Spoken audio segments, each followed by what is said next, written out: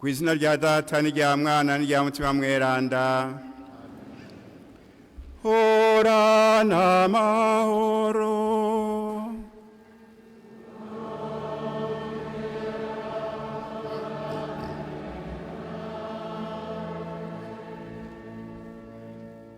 Bakristo mwese ntore z'Imana dusangiye gusanganira umwaka mushasha, umwaka mwiza, umwaka muhire, umwaka w'amagara meza, umwaka mweranda, umwaka w'amata n'ubuki. Muze muwurye ntubarye.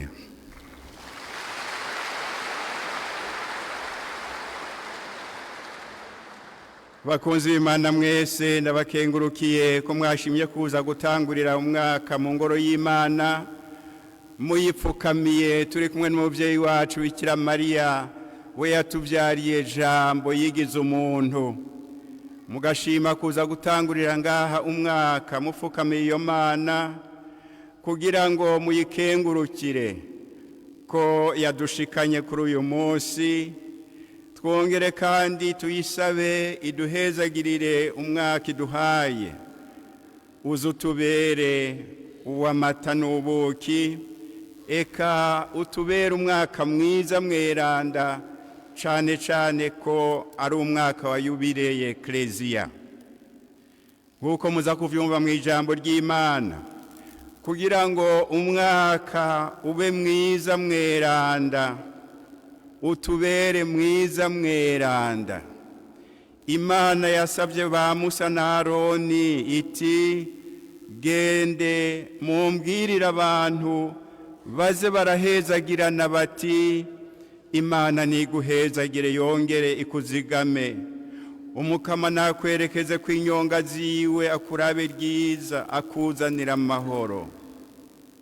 Nitumenye rero kwama tuza turahezagirana, nitwigere turondera gusibana, kuko tuba turiko turabuza Imana aho yocisha umugisha wayo. Nkako nyene abantu bonyene ubwabo batagiye barahezagirana, n'Imana ntiyoronka ingene tugirira ivyiza. Umuvyeyi wacu Papa Francisco araza kubitwibutsa igihe agira ati nimuze murarekuriranira nk'uko n'Imana yabarekuriye, nimwubaha ubuzima bw'umuntu kuva gisamwa gushika apfe urw'akarago, mukure no mu mategeko y'ibihugu igihano c'ukwica abantu, kuko ubuzima ariko atihabwa. Ati mu mibano ya misi yose naho mumenye kuza murarabana ryiza, mugiriranire utumenyetso tw'ubugenzi, ati kuko amahoro aca muri ivyo nyene. Twitegurire kwakira iryo jambo ry'Imana be n'ubwo butumwa bw'umuvyeyi wacu Papa Francisco, ubutumwa bw'umwaka mushasha, kugira ngo ibyo byose bize bidufashe kuronka umwaka muhire. Twitegure mu kubanza gusaba ikigongwe kube gito bwacu bwose bwo muri uyu mwaka uheze w'ibihumbi 2024.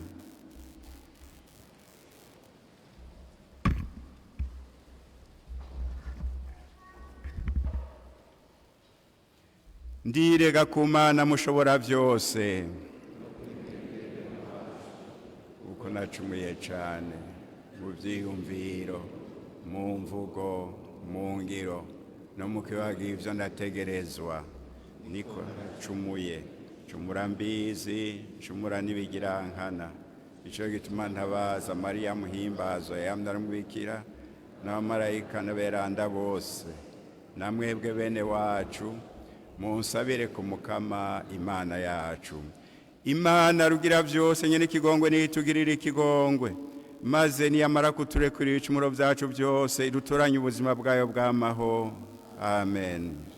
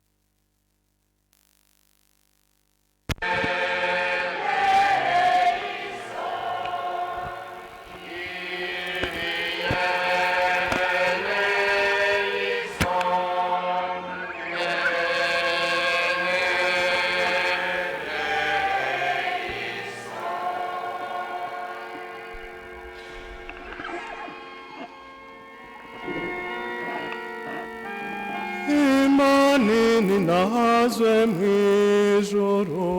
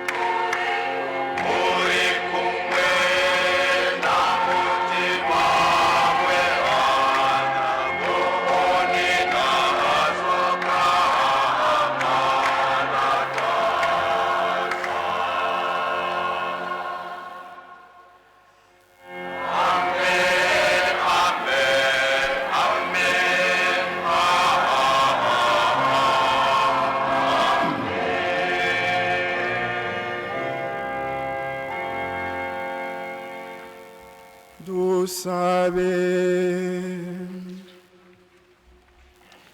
Mukama Mana yacu, we wagabiye umuryango w'abantu ibyiza by'ubukiriro budahera, uciye ku muhimbazo Mariya yabyaye agumya ari umubikira, turakuzamvye rero twiyumvemwo ko atubera mu ngoro uwo muvyeyi yaduhaye kwakira umuremyi w'ubuzima Yezu Kristo umwana wawe ari we Mukama wacu, musangiye ubuzima n'ingoma mu myaka yose.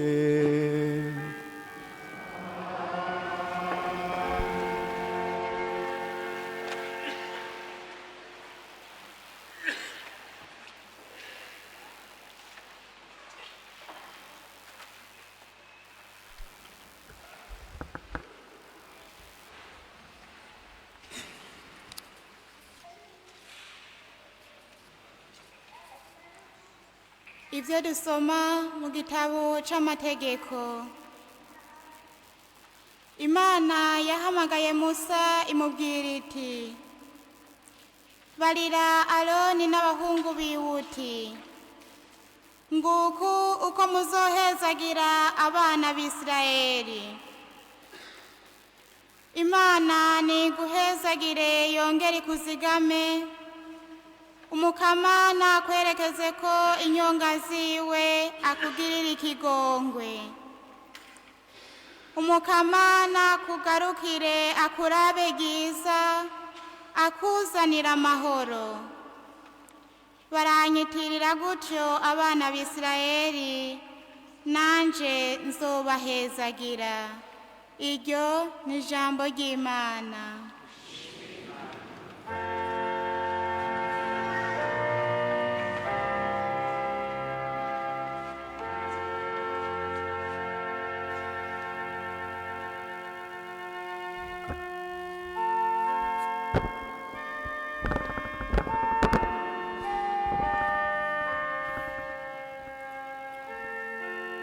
Imana nitugirire ikigongwe, iduhezagire.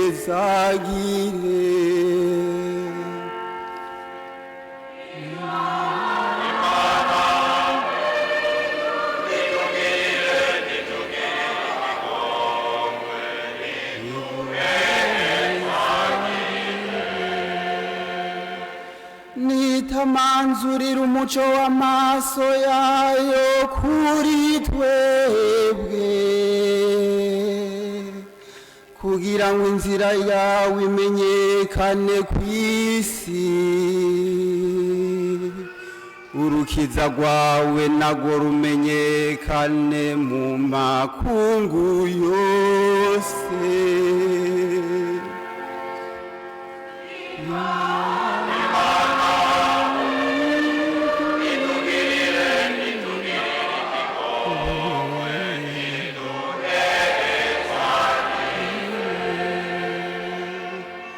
Amakungu nanezerwa atera impundu, kuko ucira abantu urubanza rutunganye, ukagaba ibihugu biri kw'isi.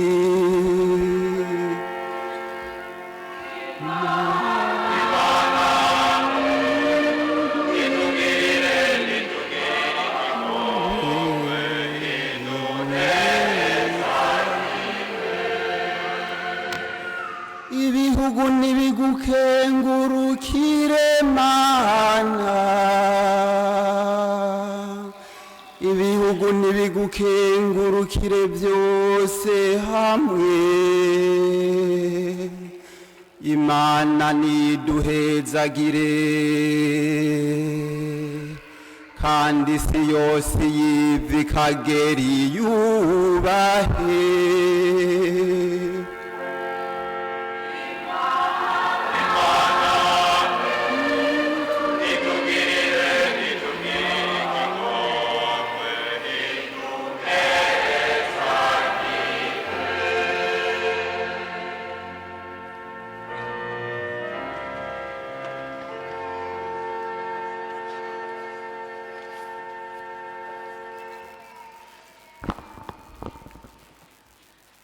Ibyo dusoma mu ibaruwa umutumwa Paul yandikiye Abagalati.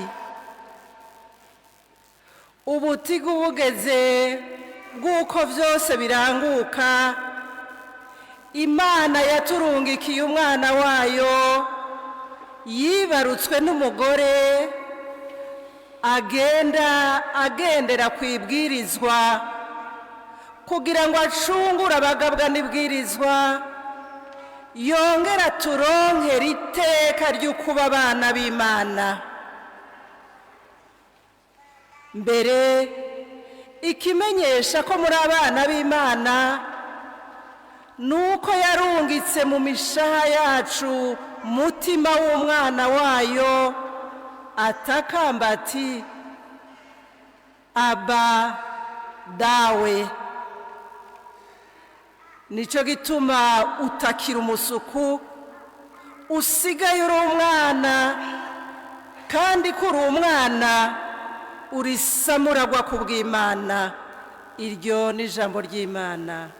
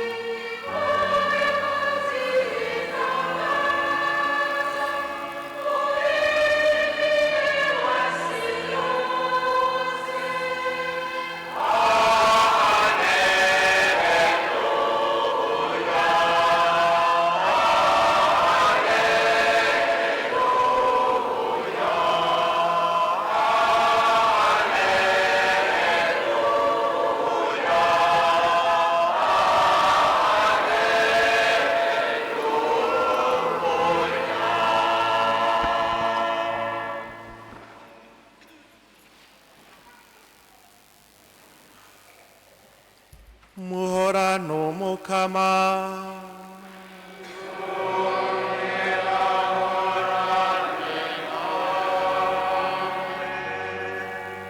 Inkuru nziza ya Yesu Kristo nk'uko yanditse Luka.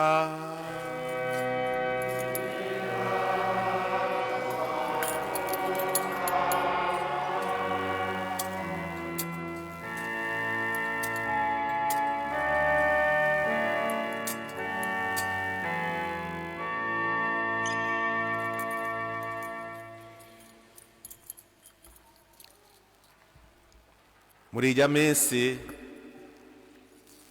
abungere bagiye barihuta bahasanga Mariya na Yosefu n'akayoya karyamye mu bwato bw'inka ngo bakabone bigana ibyo bari bumvise kuri uyo mwana. Abumvise bose ibyo abungere babiganiye baratangara. Mariya we yama yibuka ayo majambo akayazigama ku muzirikanyi wiwe. Hanyuma abungere basubira inyuma bagenda baraninahaza Imana bayishimagiza, kuko ibyo byose bari biyumviye kandi biboneye byahwanye n'ibyo bari babwiwe. Iminsi 8 iheze, hageze ko agenyegwa bamwita Yezu, ari ryo zina umumarayika yari yavuze Yezu atarasamwa mu nda ya nyina. Dushimagize inkuru nziza ya Kristo.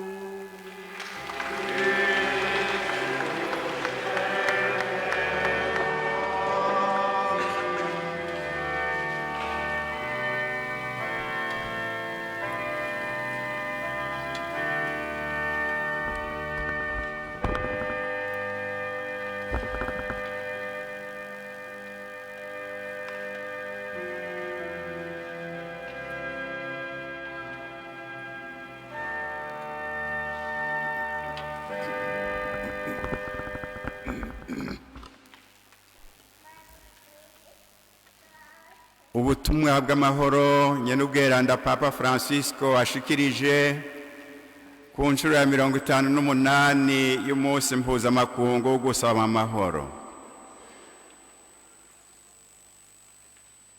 nuturekurira umwenda tugufitiye uturonsa amahoro. Ijambo rya mbere, kumviriza amaborogo y'isi igeramiwe. Mu ntango z'uyu mwaka mushasha dawe wo mwijuru aduhaye nk'umwanya wa yubile twahariye umwizero, ndifurije umwaka mwiza abantu bose, cane cane abihebuye kubera ingorane nyinshi z'ubuzima barimwo, none batakigira ayo bacira nayo bamira. Mwese ndabipfurije umwizero n'amahoro, kuko uyu mwaka ari umwaka w'inema zivuye mu mushaha w'umucunguzi. Muri uyu mwaka w'ibihumbi 2025 Eklezia Katolika ihimbaza yubile, igihe kuva kera cama cuzuza imitima umwizero. Nigihe abayahudi bavuze inzamba uko imyaka 49 kose iheze, bibutsa umwaka w'impuhwe z'Imana n'ihunguka ry'igihugu c'Imana. Ako kamo kari kagenewe gushika ku isi yose, kugira ngo hasubire kuba ubutungane bw'Imana mu mpande zose, haba mu gukoresha isi, mu gutunga ibintu, mu migenderanire n'abandi, cane cane aboro n'ababa baciwe mu kibano. Ako kamo k'ihembe ry'imfizi y'intama kibutsa abatunzi n'aboro ko atanumwe aza ku isi kugira ngo ahagorerwe, ko twese turabavukanyi, abana b'umuvyeyi umwe, twavutse turabishira bakizana kubw'ishaka ry'Umukama. No mu misi ya none yubile idusaba kurondera ubutungane bw'Imana bubohora abantu ku isi. Mu ntango z'uyu mwaka w'inema ntidushaka kumva akamo k'ihembe, ahubwo akamo k'abasaba imfashanyo bihebuye, kavuye mu mpande nyinshi z'isi, kandi Imana yamiriko irumva nk'ijwi rya ya maraso ya Abeli intungane. Natwe duca twumva ko tubwirijwe kuba iryo jwi riva henshi ryiyamiriza ugufutanya iyi si n'ugukandamiza abandi. Ako karenganyo rimwe na rimwe karahava kakaba nk'icumweranda Papa Yohani Paulo wa kabiri yise ingendo menyero y'igicumuro, kuko kataba kakiva gusa ku bube gito bwa bamwe bamwe, gahava kakaba nk'ingendo mbi ishinze imizi mu gushigikirana kwa benshi mu kibi.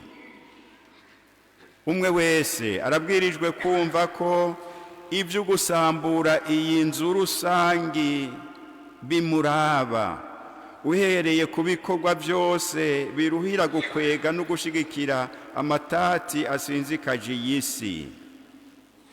Ingorane nyinshi zitandukanye ziri mu rufatangane kuri iyi si zirafise abaziyumvira n'abazitera. Novuga nganga karenganyo gatuma abantu badafatwa kumwe mu buryo bwinshi, ugufatwa bukoko kwinyambukira, ugutitura ibidukikije, uguhubisha abantu ku bwenge biciye mu itangazamakuru, ukwanka icitwa ibiganiro cose, be n'ugushira amahera mu mahinguriro y'ibigwanisho. Ibyo byose biri mu bigeramiye koko ukubaho kw'abantu muri iyi si. Nico gituma mu ntango z'uyu mwaka tugombye kumviriza akamo k'iyo si, kugira ngo kadukabure, dutahure ko twese hamwe n'umwe kwimwega tubwirijwe gucagagura imvuto z'akarenganyo, dushobore kumenyesha ubutungane bw'Imana. Udukorwa twirebanga kandi twarimwe na rimwe two gufasha abantu ntituzoshobora gukwira. Harakenewe itunganywa rishasha mu by'imico n'imibano kugira ngo habe impinduka irama.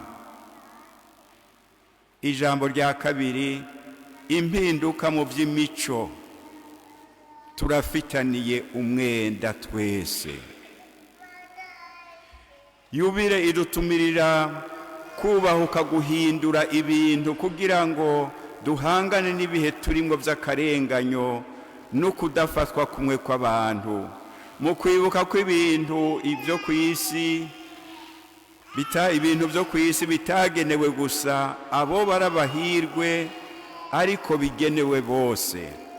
Erega ni byiza ko twiyibutsa ibyo umweranda Bazile w'i Sezareya yanditse igihe yagira ati, mbega mbwira neza, ni ikihe kikwegukira? Wabikuye he ngo ubyinjize mu buzima bwawe? Ntiwavuye mu nda y'umubyeyi wawe uri gusa? Ntuzosubira mu kuzimu kandi uri gusa? Ibyo ufise ubu wabikuye he? Niwaba wibwira ko wabironse ku gihamana, uri umuhakanyi, kuko utazi umuremyi kandi nta bukengurutsi ufitiye uwabiguhaye. Niko uwo mweranda Bazile yanditse. Iyo habuze umutima wo gukenguruka, umuntu ntaba akimenya ibyo agabirwa n'Imana.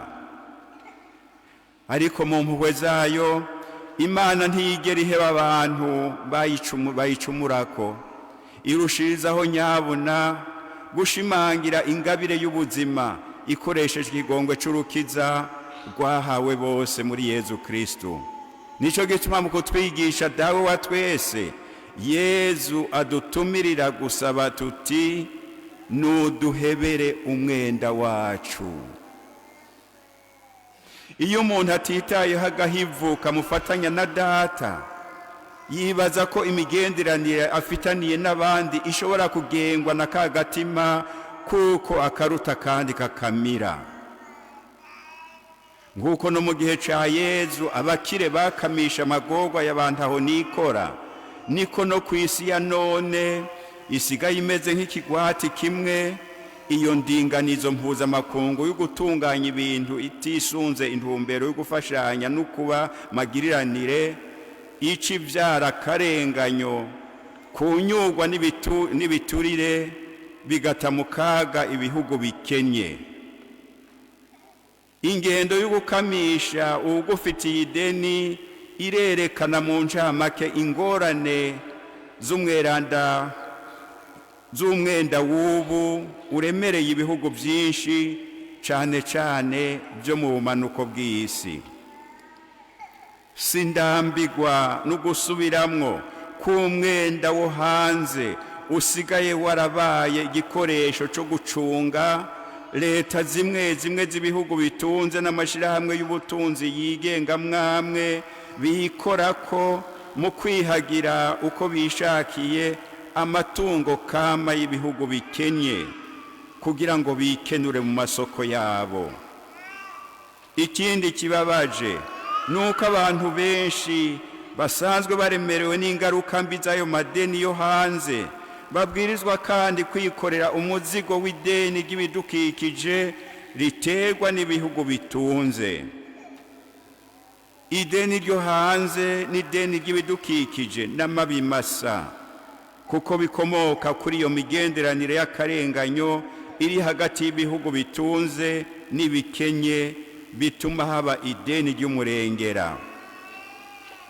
Mfatiye kuri uyu mwaka wa Yubile, ndatumiriye amakungu gukora ku buryo ahebera abayafitiye ayo madeni yo hanze, mu kwibuka ko hari ideni ry'ibidukikije riri hagati y'ibihugu by'uburaruko n'iby'ubumanuko bw'isi. Sakamo gusa gafatiye ku gufashanya no gushigikirana, nakamo cane cane gafatiye ku butungane. Impinduka nyayo mu by'imico n'imibano ishobora gutorera inyishu ico kibazo c'ideni, izoba mu gihe twebwe tuzoba tumaze kwemera ko twese turi abana ba dawe wa twese. niho tuzoca twemera ko twese tumufitiye ideni kandi ko turi bamagiriranire umwe wese mu ruhara rwiwe mugabo dusangiye n'abandi.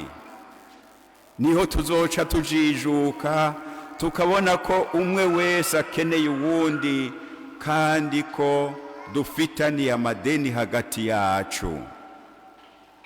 Ijambo rya gatatu, inzira y'umwizero, ibikorwa bitatu bishoboka. Umutima wacu niwemera kunyurwa n'izo mpinduka zikenewe, umwaka w'indema wa yubile uzoshobora kutwugururira inzira nshasha y'umwizero kuri umwe muri twebwe. Umwizero uvyagwa no kubona ko impuhwe z'Imana zitagira ingero. Ku bwangingo Imana nta numwe ifitiye umwenda, ariko ibandanya iha ubudahengeshanya inema n'impuhwe vyayo abantu bose. Umukurambere mu kwemera w'Ekleziya yo mu buseruko bo mu kinjana c'indwi yitwa Izahaki wa Niniva yanditse ati: urukundo rwawe rurarengeye kure niyo amadeni yanje. Imikuba yo mu kiyaga n'ubusa ngereranije n'igitigiri c'ibicumuro vyanje, ariko iyo mpimye ibicumuro vyanje nkabigereranya n'urukundo rwawe bica biyonga nk'ubusa.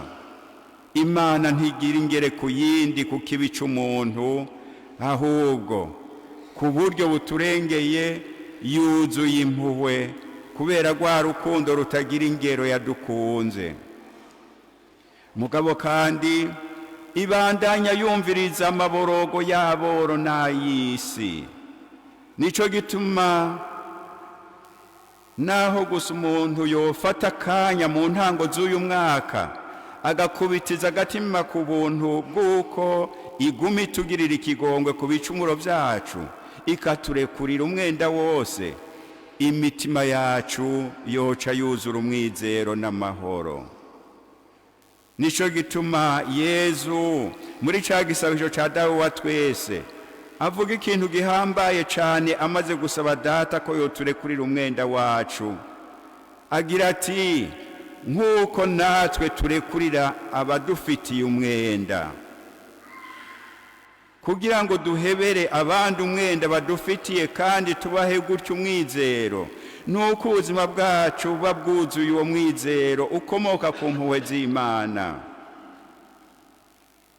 Umwizero usesekara iyo tuzi gutanga tutitangiriye itama, tutagira ingere ku yindi. Umwizero ntuharura ibiri mu mifuko y'uwudufitiye ideni, nturondera kunguko, ariko urazwa ishinga gusa n'ikintu kimwe: kuvyura baguye, gutenga imitima yavunitse, no kubohora abo bose bari mu mvuto z'ubuja ubwo ari bwo bwose. Nifuje rero ko mu ntango z'uyu mwaka w'ubuntu bw'Imana nobahanura ibintu bitatu mbona ko bishobora gusubiza iteka ubuzima bw'abantu no kubasubiza mu nzira y'umwizero, kugira ngo hatoregwe inyishu ikibazo c'amadeni, gutyo bose basubire kwiyumva nk'abafise amadeni barekuriwe.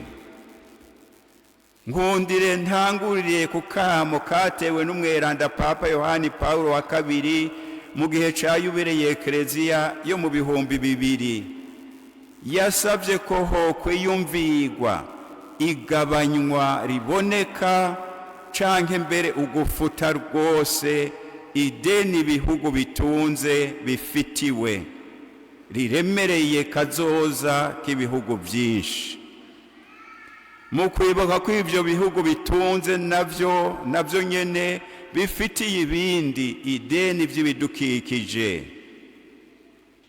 Ese vyo kumva ko bihamagariwe gukora ibishoboka vyose kugira ngo bihebere umwenda ibihugu bidashobora kwishura ivyo bitegerezwa. Ariko kugira ngo ntibise nuko hakozwe igikorwa c'ikigongwe cirebanga, cohava gishobora gishobora kuvyura urukwegane rw'ico uhebeye umuntu kimera nk'ideni. Ni nkenerwa ko ho kwigwa iringanizwa ry'ingene ubutunzi bwotunganywa ku isi ukundi gusha, bisunze ingendo yo gushigikirana n'ukubahana hagati y'ibihugu. Ndasavye kandi ko hoba ukwiyemeza kuboneka kw'amakungu mu vyerekeye uguteza imbere ukubaha iteka ry'ubuzima bw'umuntu kuva gisamwa gushika ku rupfu rwiwe rw'akarago, kugira ngo umuntu wese ashobore gukunda ubuzima bwiwe kandi arabane umwizero kazoza kiwe, abone kurondera iterambere n'ubuhirwe vyiwe n'ivy'abana biwe. Nkako atamwizera umuntu afitiye ubuzima, biragoye ko mu mitima y'abakiri bato hovuka icifuzo cyo kuvyara ubuzima bushasha. Ku buryo budasanzwe nagomba nongere nsabe ikintu kiboneka cerekana ishaka ryo kugira umuco wo gukingira ubuzima. Nshaka kuvuga nko gukura mu makungu yose itegeko ry'igihano c'urupfu. Erega iyo ngendo ntihonyanga gusa iteka ry'ubuzima ariko atihabwa, ni ingendo kandi ituma yica rwose mu muntu umwizero wose w'ikigongwe n'ukwisubirako. Ndubahutse kandi gusubira gutera kandi kamo inzaruka z'abakiri bato, nisunze umweranda Paulo wa gatandatu na Papa Benedikito wa 16 muri ibi bihe birangwa n'ingwano. Nidukoreshe igice gitoyi c'amahera ategekanirizwa ibigwanisho kugira ngo hashingwe ikigega mpuzamakungu c'ukurandurana n'imizi inzara n'ukorohereza igikorwa c'indero mu bihugu bikenye, kugira ngo haboneke iterambere nyaryo rirama mu kugwanya ihindagurika ry'ibihe. Turabwirijwe kugerageza gukura mu nzira urwitwazo rwose rutuma urwaruka rwiyumvira kazoza karwo n'umwiheburo canke nk'igihe co kurindira kuzohora amaraso y'ababo. Kazoza n'ingabire iduha akaryo ko kurengana ibyo twihenze ko muri kahise, kugira ngo twubake inzira nshasha z'amahoro. Ijambo rya kane ryo rya nyuma, ihangiro ry'amahoro. Abazofata urugendo rw'umwizero mu gukora ibi bikorwa mpanuye, nibo bazobona ko bariko baregereza ihangiro ryipfuzwa rwose ry'amahoro. Umuririmbyi w'izaburi niwe atumara amazinda kuri uwo muhango mu kugira ati, iyo urukundo n'ukuri bihanye ikaze, ubutungane n'amahoro bigwana mu nda. Ni Zaburi ya 85 akarongo ka 11.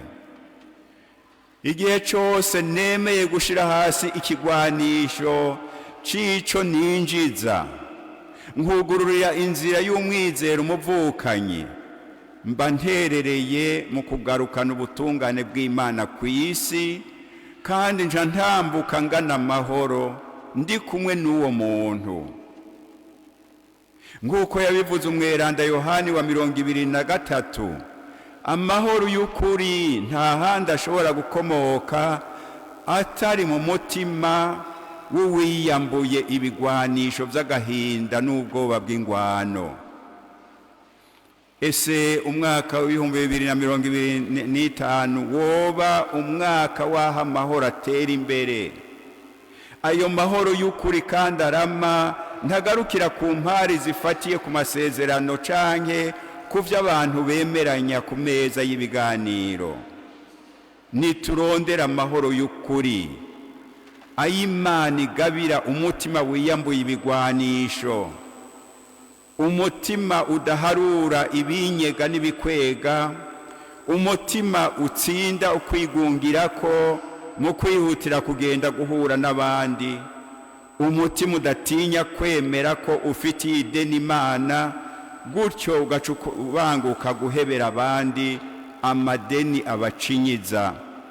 Umutima urengera ukwihebura imbere ya kazoza, kubera umwizero w'uko umwe wese ari itunga ry'iyi si. Ukwiyambura ibigwanisho by'umutima ni ikintu kiraba zina muntu wese, kuva ku ba mbere gushika ku ba nyuma, kuva ku bato gushika ku bakuze, kuva ku batunzi gushika ku boro. Rimwe na rimwe bisaba ibintu bito cyane, nko kumwenyurira uwundi, kugirira uwundi akamenyetso k'ubugenzi, kuraba neza uwundi, kumviriza uwundi atagahemo, kurasana ku wundi utarondera inyungu. Uko tugira utwo tuntu twose, twaba duto canke tunini, niko twerekeza ku mahoro, kandi tuzonayashikira n'ingoga, cane cane ko uko tugendana n'abavukanyi twasubije hamwe, ariko dusanga twamaze guhindura ingendo tugereranije no mu ntango. Amahoro ntaza gusa ngo nuko intambara ihagaze, aza nyabuna iyo hari intango y'isi nshasha, isi twisangamwo mu budasa bwacu, twunze ubumwe kuruta, tukarushirizaho kuba abavukanyi uko tutabiziga. Mukama, dutabaza amahoro yawe. Ngici igisabisho ntuye Imana mu gihe ndiko ndipfuriza umwaka mushasha abakuru b'ibihugu n'amareta, abayoboye amashirahamwe mpuzamakungu, abakuru b'amadini n'umuntu wese Imana ikunda akayikundira. Turekurira amadeni yacu Mukama, nk'uko natwe turekurira abayadufitiye, kandi muri iyo ntumbero yo gutanga ikigongwe uduha amahoro yawe. Ayo mahoro wewe wenyene ushobora guha abemeye kwamburwa ibigwanisho byo ku mutima, abemeye kubera umwizero guhebera amadeni abavukanyi babo, abadatinya kwemera ko nabo bagufitiye umwenda, abo bose batazi kwica amatwi ku maborogo y'abarushwa. Amen. Bigiriwe Vatikano kuwa 8 Kigarama 2024, Papa Francisco.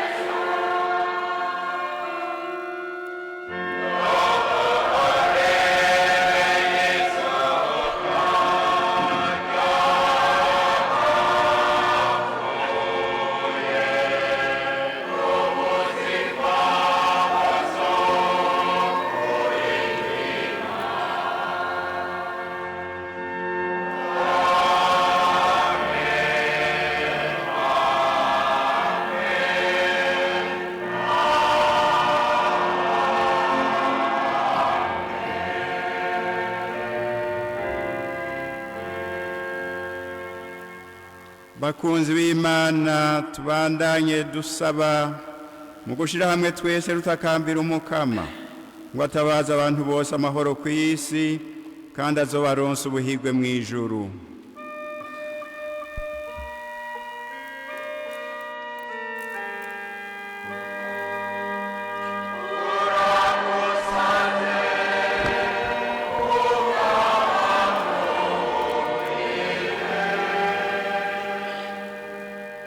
Mana nzima, turaguhereje ekleziya yawe aho iri ku isi yose.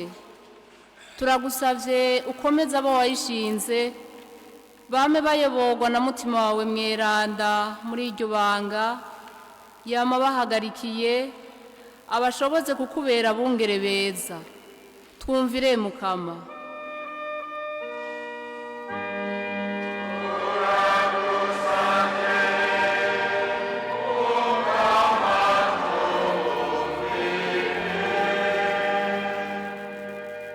Mana muremyi wa vyose, turaguhereje ibihugu vyo ku isi yose, nubironsa amahoro yawe, ubibera umuco.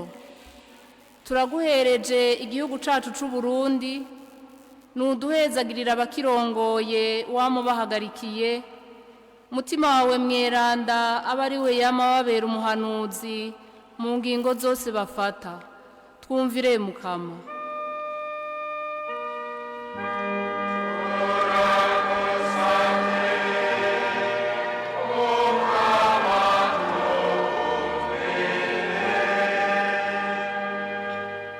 Mana munyakigongwe, turakweretsa abantu bose barushe ku mutima no ku mubiri, abo bose bugarijwe n'umwiheburo w'amakuba barimwo. Nubaronse uruhoza rwawe, ubahe kwame bakwizeye. Twumvire Mukama.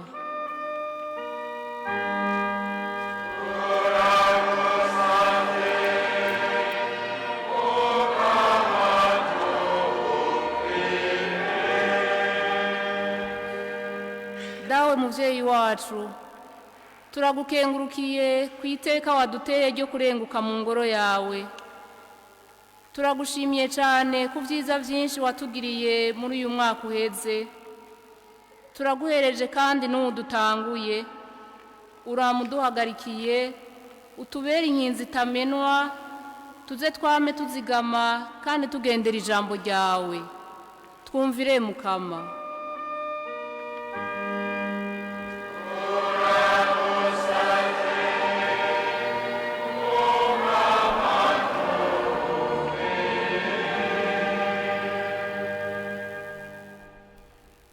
Mukama Mana yacu, bwirukiro n'amagara yacu, tega amatwi ekleziya yawe ikwambaza ibitumwe n'urukundo rugukomokako.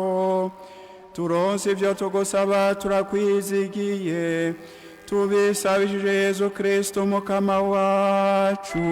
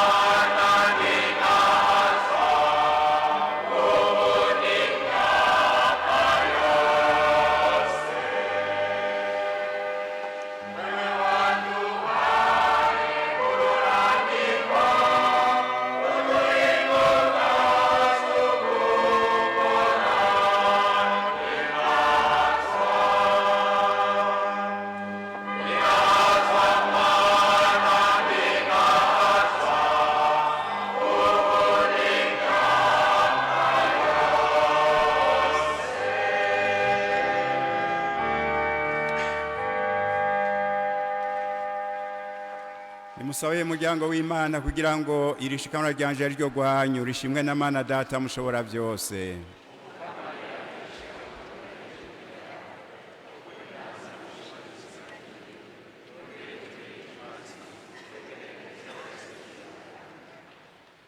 Ni wewe Mukama ibyiza byose bikomokako maze ukabitunganya kuko duhimbaza inyanduruko y'ubukiriro bwawe kuri uyu munsi mukuru w'umubyeyi mweranda w'Imana abariko uzoduha kunezerwa igihe buzoba burangutse tubisabishije Yezu Kristo umwana wawe akaba n'Umukama wacu niwe Mana musanga ubuzima n'ingingo mwe bwa mutima mweranda mu myaka yose.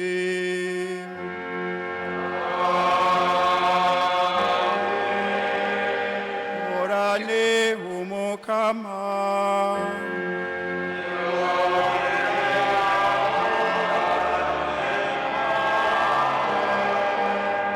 kirurutse umutima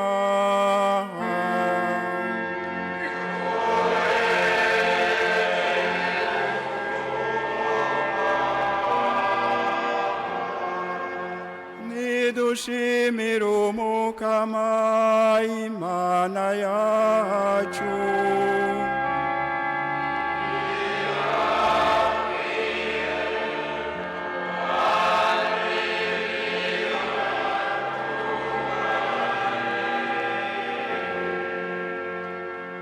Niko birakwiye kandi biratunganye ko twokunirahaza tukagukengurukira iminsi yose na hose wewe Mukama mubyeyi mweranda Mana mushobora byose kandi wamaho mabanga ya jambo yigize umuntu umuco mushasha w'umwaka ko waraboneshereje imitima yacu kugira ngo mukumenya Imana yimenyesheje ku buryo bwibonekeje muri we dufatwe n'urukundo rw'ivy'amaso yacu atari buhambye nico gituma twihetse kwa marayika bose uko bangana tugashira hamwe n'abafise ububasha bose bo mwijuru ngo dutere ururirimbo rwo kuri nahaza kandi twame tuvuga tuti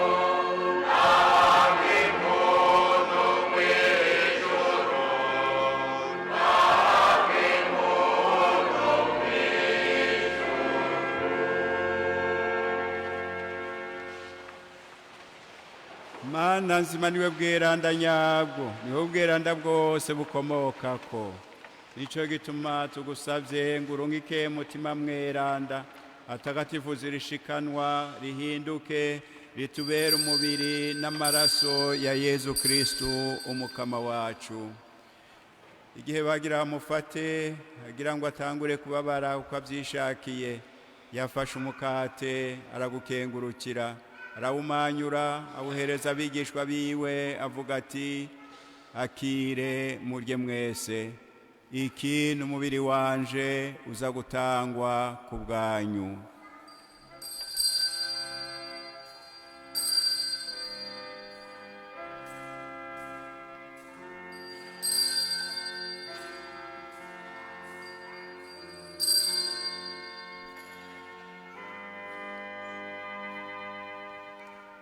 bamaze gufunguragira kwa kundi afata ikarisi yongera gukenguruka ayihereza abigishwa biwe avuga ati akire munywe mwese iyi ni ikarisi y'amaraso yanje amaraso y'isezerano rishasha kandi rizokwamaho aza guseswa ku bwanyu no ku bwa benshi abakiza ibicumuro ibyo murabigire munyibuka.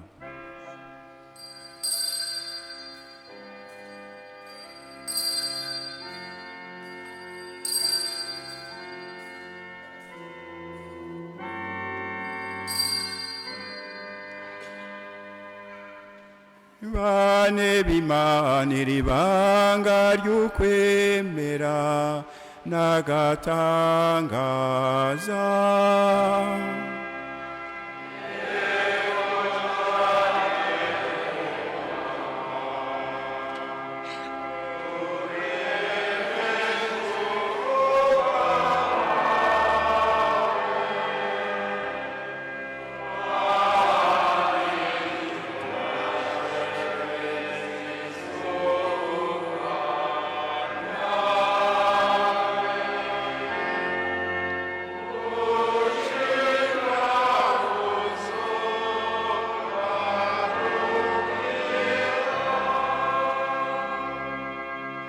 rero mukama twibuka ugupfa no kuzuka k'umwana wawe ukaguhereza umukate w'ubuzima n'ikarisi y'ubukiriro ukanakenguruka kuba ruteye iteka ry'ukurenguka imbere yawe ngo tugushikanire iyi nkuka turatakambye dushimitse ngo umutima mweranda dukoranirize hamwe aduha umutima umwe ko dusangiye umubiri n'amaraso ya Kristu. Ibuka mukama ekleziya yawe aho iri ku isi yose uyuzuzemwo urukundo. Ibuka mupapa wacu Francisco n'umwepiskopi mukuru wacu Gerevazi arongoye inkuka y'imisa n'abo bose bashinzwe umuryango w'abakristu. Ibuka kandi bene wacu bamaze kurenguka bakwitavye bizigiye kuzuka. Ibuka nabo bose bamaze gusezera iyi si bakiri wawe bame mu muco ubuninahazwa bwawe. Natwebwe turitakambiye twese tugirire ikigongwe nze dusangire nawe ubuzima budahera twame tukuninahaza turi kumwe na Maria muhimbazwa nyina w'Imana na Yozefu mweranda umukunzi wiwe n'abatumwa n'aberanda bose baciye kuri iyi si arabatoni bawe tubigusabishije Yezu Kristo umukama wacu. Kubwiwe hamwe nawe no muri wenyene nutegwa iteka y'ugusengwa Mana Data mushobora byose hamwe na mutima mutagatifu wongera uninahazwe mu myaka yose.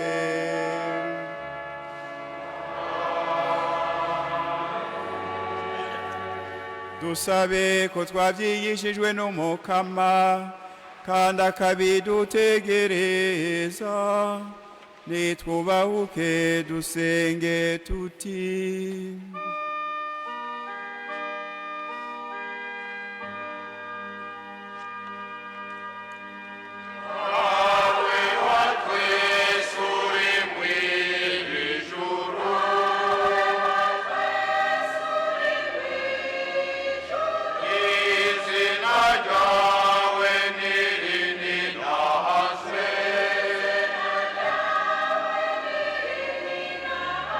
Inahazwa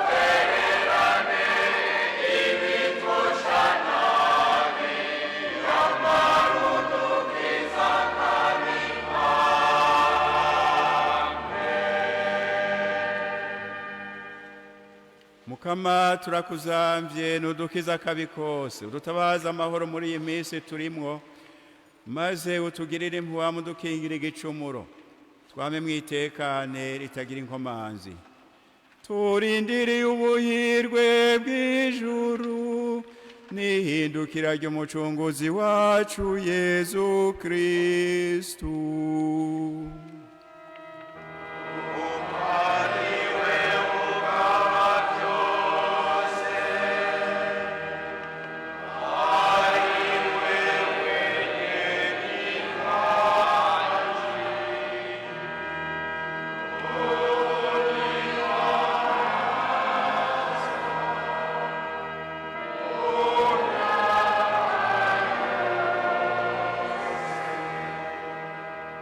Mukama Yezu Kristu yabwiye abatumwa bawe uti ndabasigaranye amahoro ndabahaye amahoro yanje nturabe ibicumuro byacu raba nyabo no kwemera ku ekleziya yawe uyitabaze amahoro n'ubumwe maze ishaka ryawe riranguke wewe nyene ubuzima n'ingoma mu myaka yose.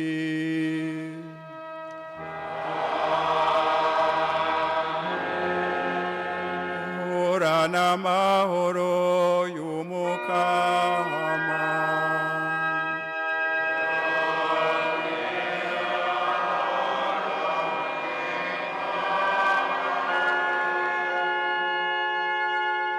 twifurizanye amahoro y'Imana n'umwaka mwiza.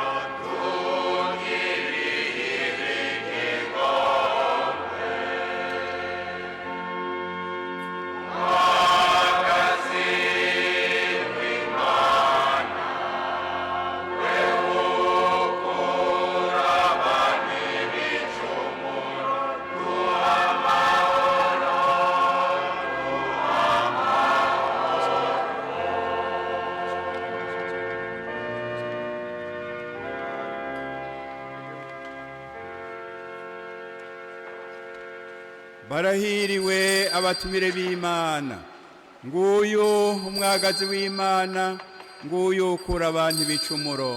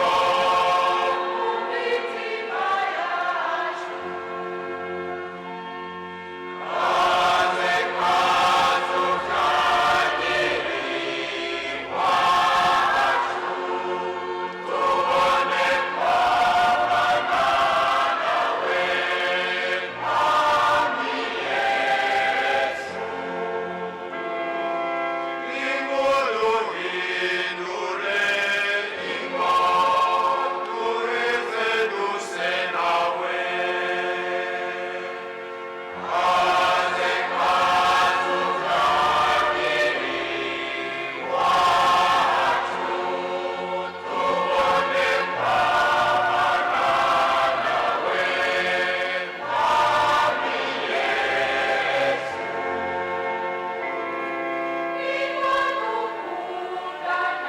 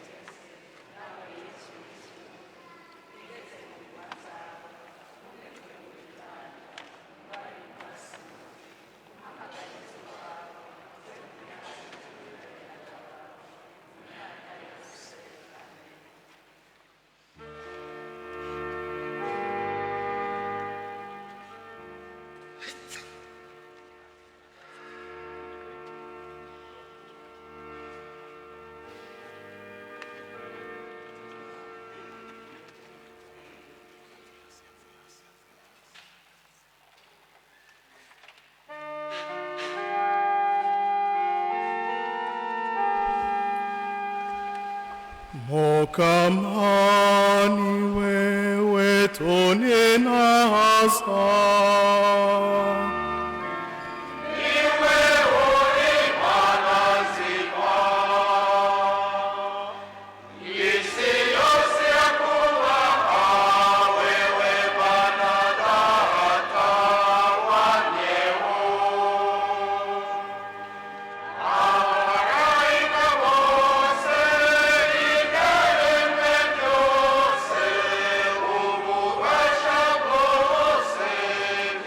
Ubu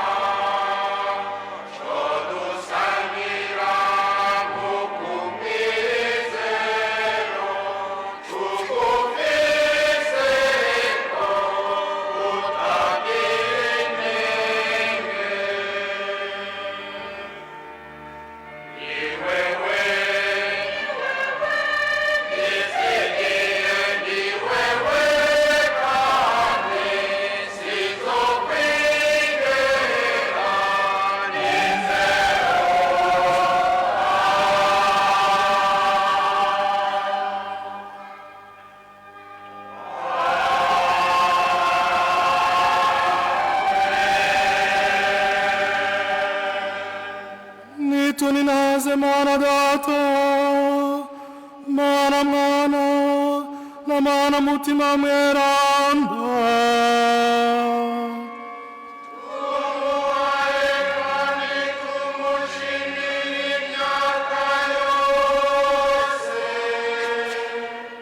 Urakaninazwa Mukama w'ijuru n'isi.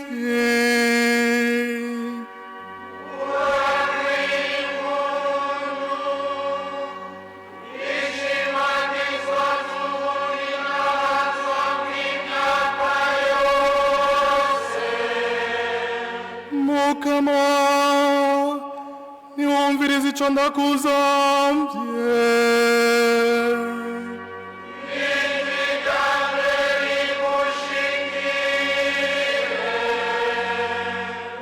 Nimuhorane umukama.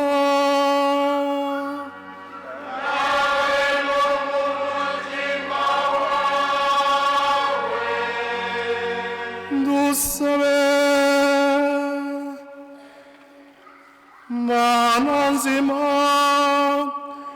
wowe kigongo kitagira aho kigarukira, wowe buntu ntangere, turagukuriye ubwatsi ku buntu n'ubukuru bwawe, ngaho tugabe ibitagira urugero, turagutakambiye wewe Mana, wamugabiye gutega amatwi abakuzamba, ko ntuze wigere udukura kw'inyonga zawe, maze udutegurire kuronka impera y'ubuzima budahera, kubwa Yesu Kristo umukama wacu.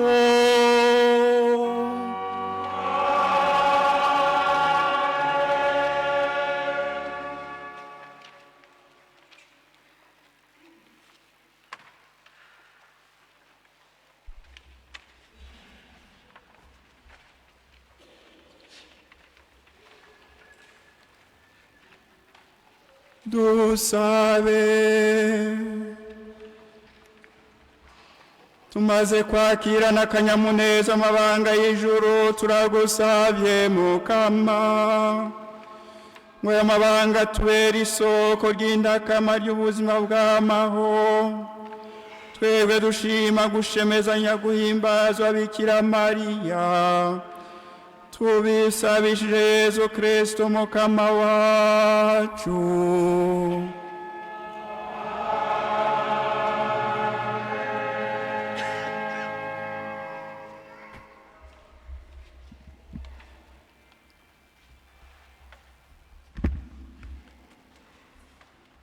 Twakira umugisha umuhezagiro w'umwaka mushasha.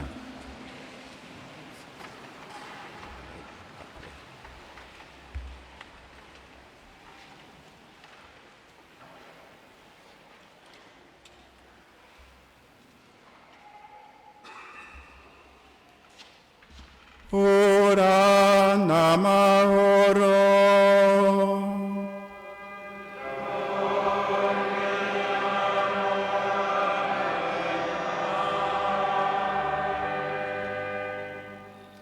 Imana yosoko imigisha yose, nibatabaza ingabirano zayo byagizemwo umugisha wayo, yongere ibabungabunge muri uyu mwaka wose, muze mutunge mutunganirwe.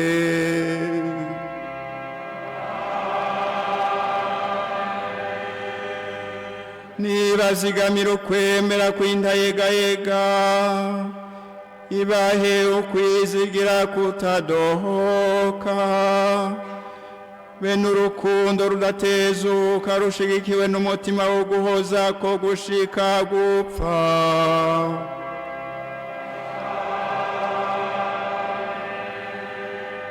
Nizigame ubuzima n'ibikorwa byanyu mu mahoro yayo, niyumvire ibisabisho byanyu iminsi yose na hose, yongere ibashikane mu buzima bw'amahoro.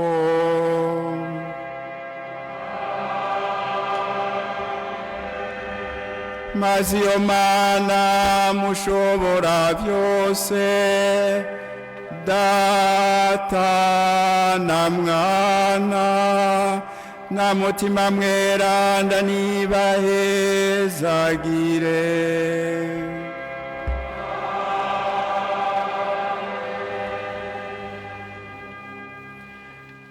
Bavukanyi twasangiye kwakira umwaka mushasha, ndasubiriye kubashimira mwese mwumvise umwaka umuvyeyi Papa Francisco yaduhaye.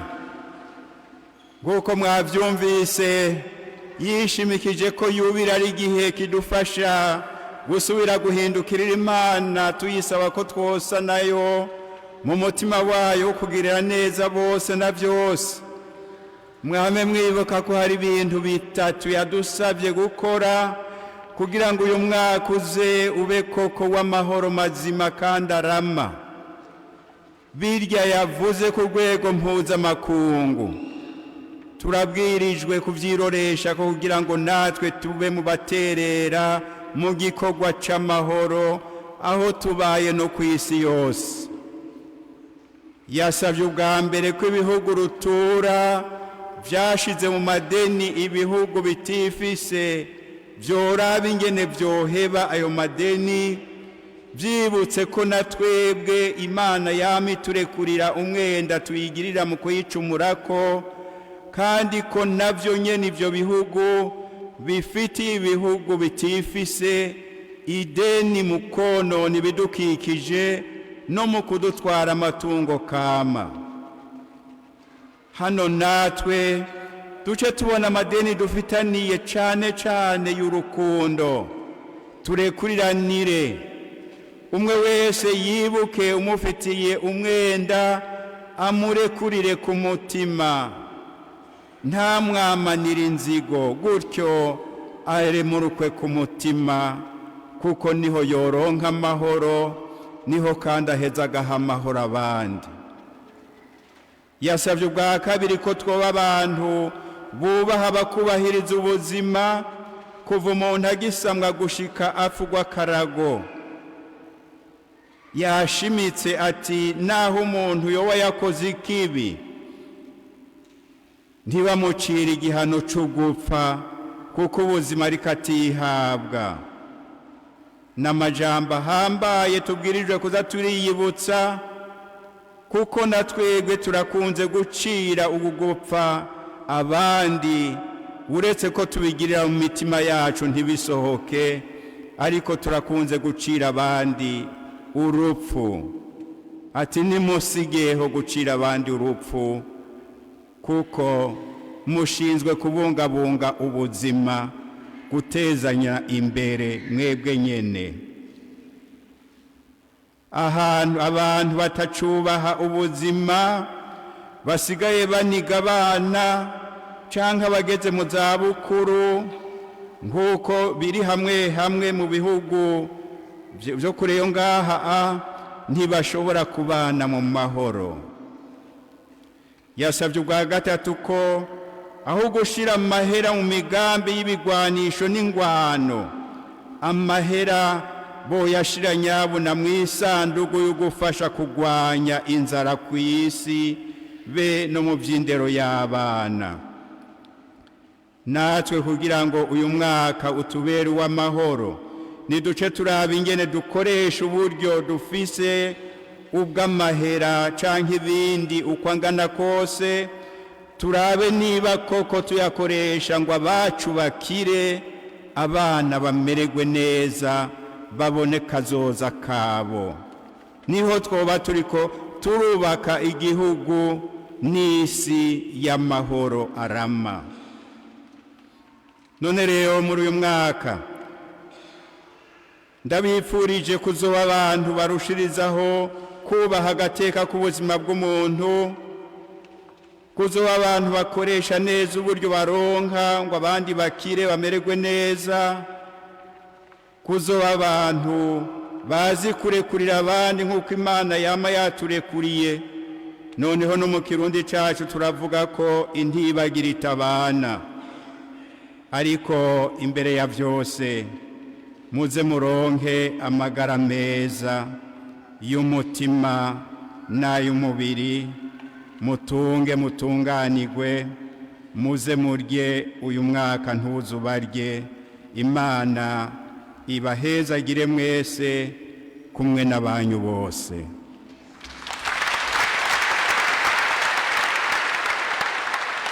Shenguruke turashikanye